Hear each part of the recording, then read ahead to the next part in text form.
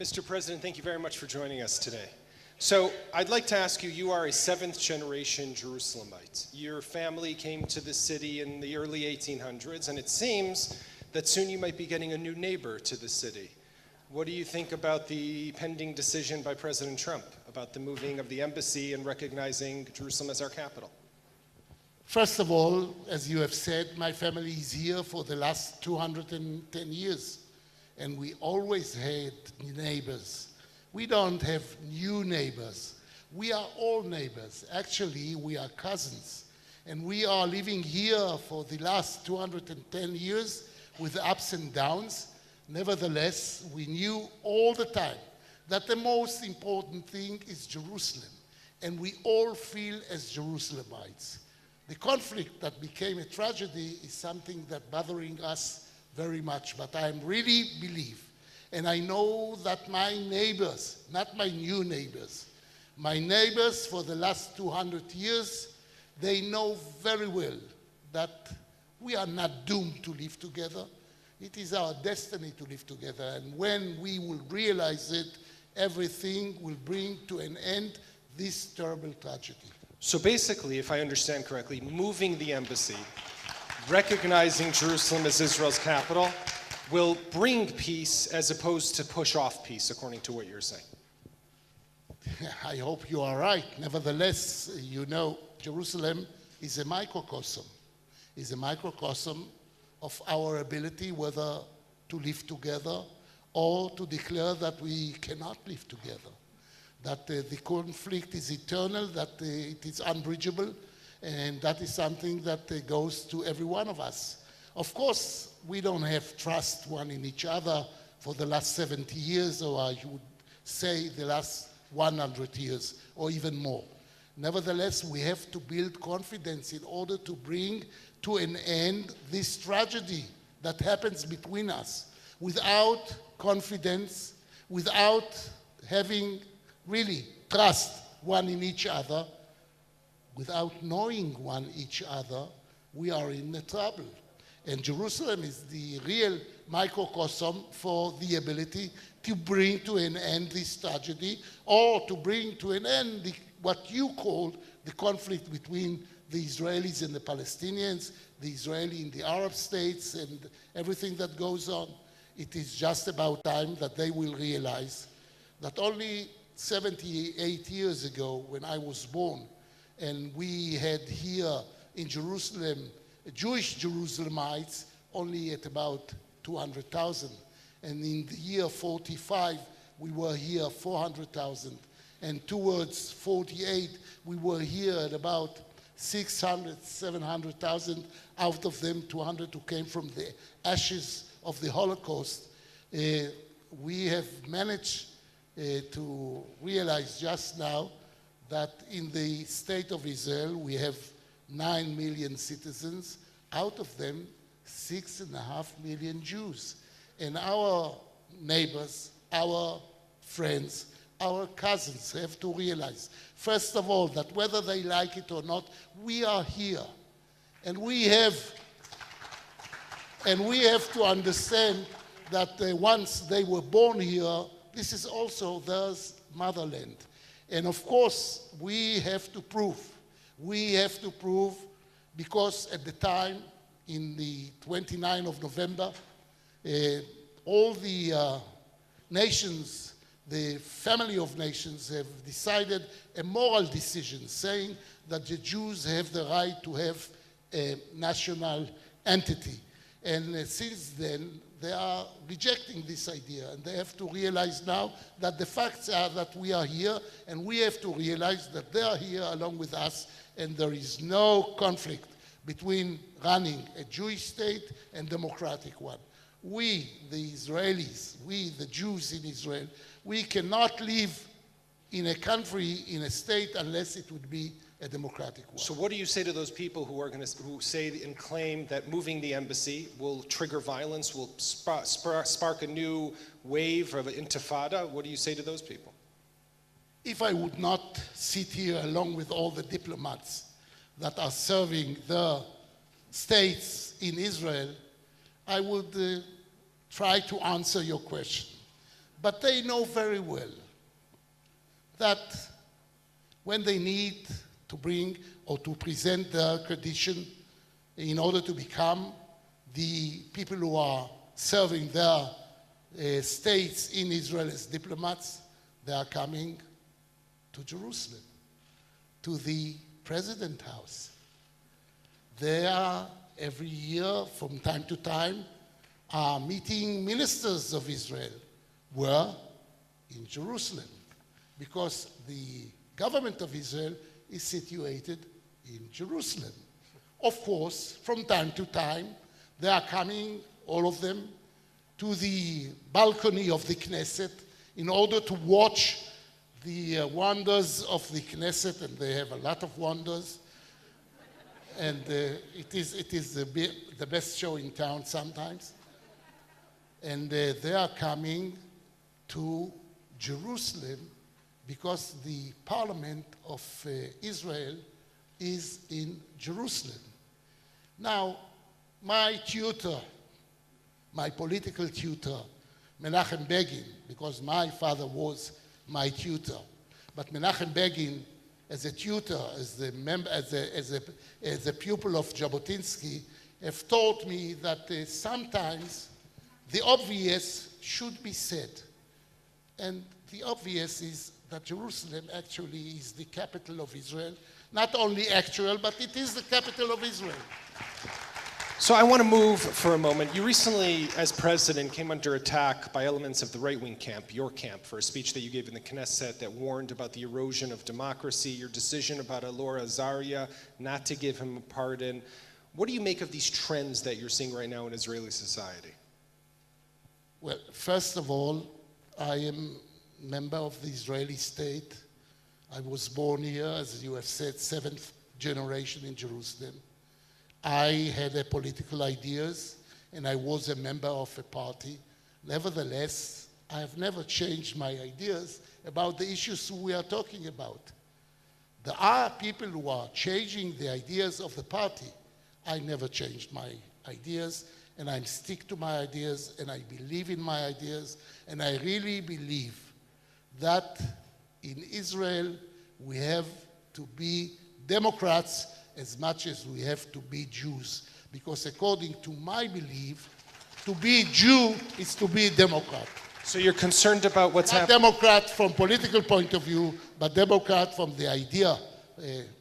Not with the Democratic Party. But so you're concerned about what's happening to the Likud party more specifically, then, is what you're saying? Once upon a time, I was a politician. Now I'm the president of Israel. I cannot deal and I cannot relate to political problems. Good answer. So you were recently, a few weeks ago, in the United States. You traveled to Los Angeles for the General Assembly of the Jewish Federations, and it was basically you reaching out to the Jewish community after this crisis, this rift that currently exists between us and them, caused by the Kotel decision, conversion, and other issues. Where do you see that going? What was your feedback, and what can you tell us about what's on the horizon? Well, first of all, if somebody is looking for me, please tell him that I'm busy. I'll answer his phone immediately after I'll finish. Okay. There are crises between us and the American Jewry.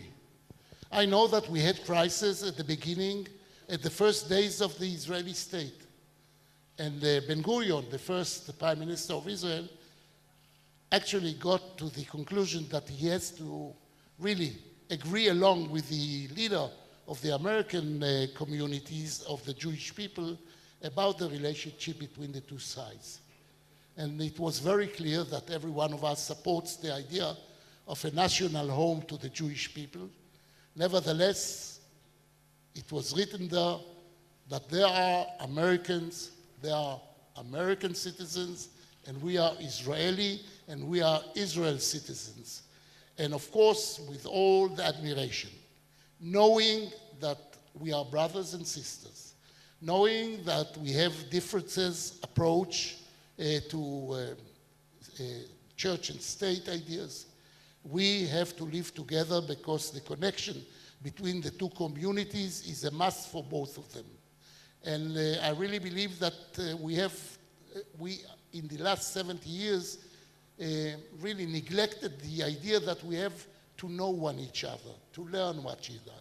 Because when I was born and I went and I stepped my leg into a synagogue for the first time in my life, it was a synagogue that my parents went to. It was, of course, an Orthodox synagogue, not the firm Orthodox synagogue. It was Yeshurun synagogue that was built a few years before I was born. And probably there are people all around the world that are entering the shul that their parents bring them to them, and there is no other possibility for them but to know Judaism through the way that they were brought up. There are crises, there are differences of opinion, but we are all one family, and we have to understand that in spite of all really disagreements and arguments and sometimes disputes, first of all, we are family. Not necessarily brothers and sisters, but cousins, first cousins, second cousins, third cousins, but we are all one big family.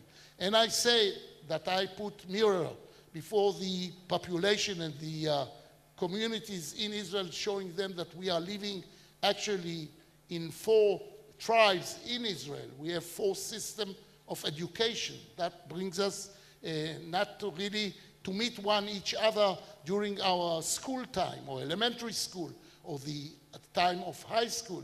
We can meet only in the university because once upon a time, 80% of the Israelis were actually Zionists. And now 50% of the Israelis, whether they are Arabs or Orthodox, Haredim, sometimes they are not joining the army. So the first time we can meet each other is actually in the universities, in the academy, or afterwards at work. And this is a must.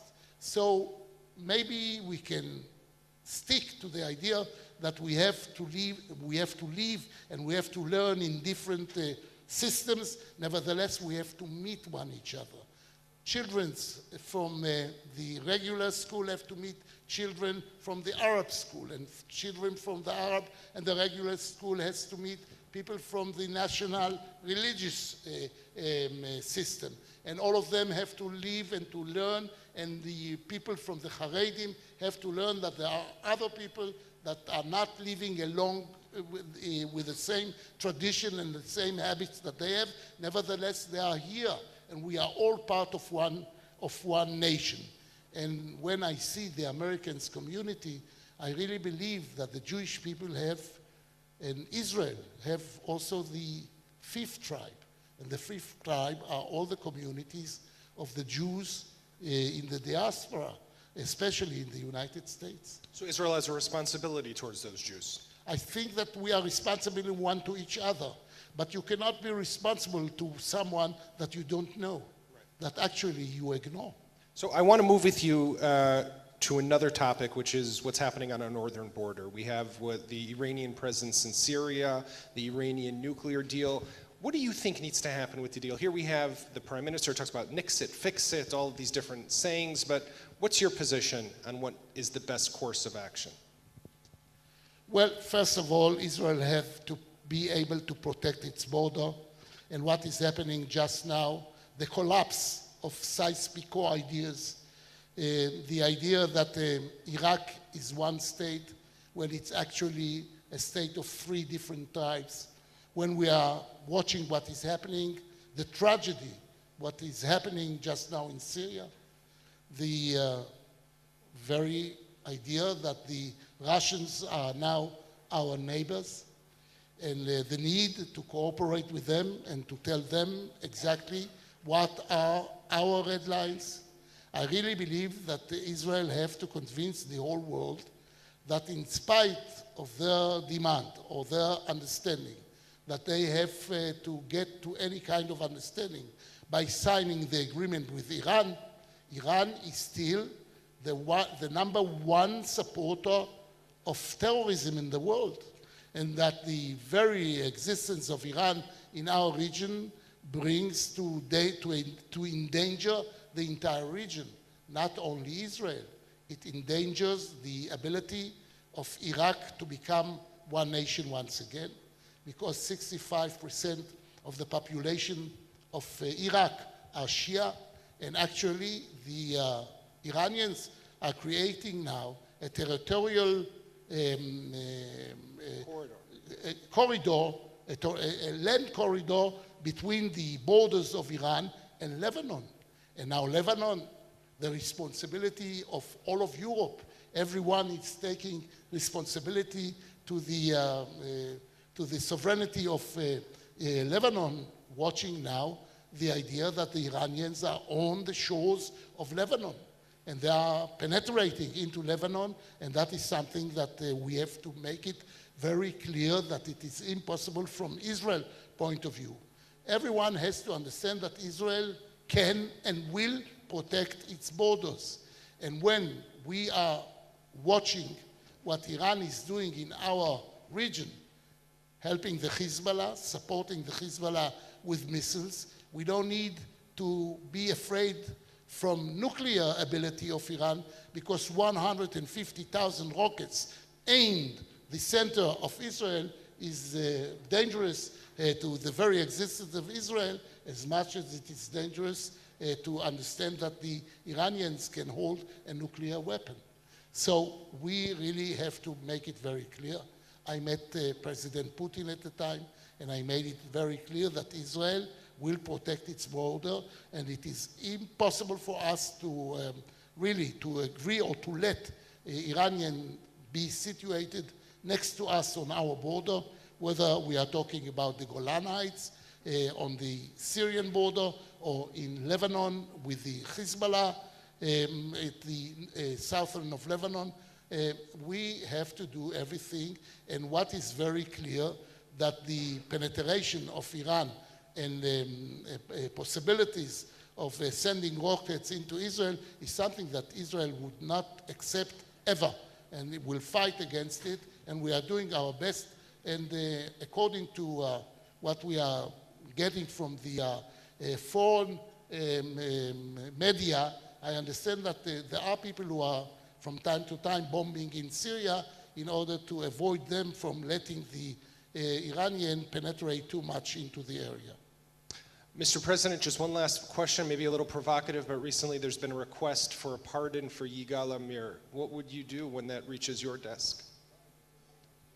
Yigal Amir really affected the Israeli democracy.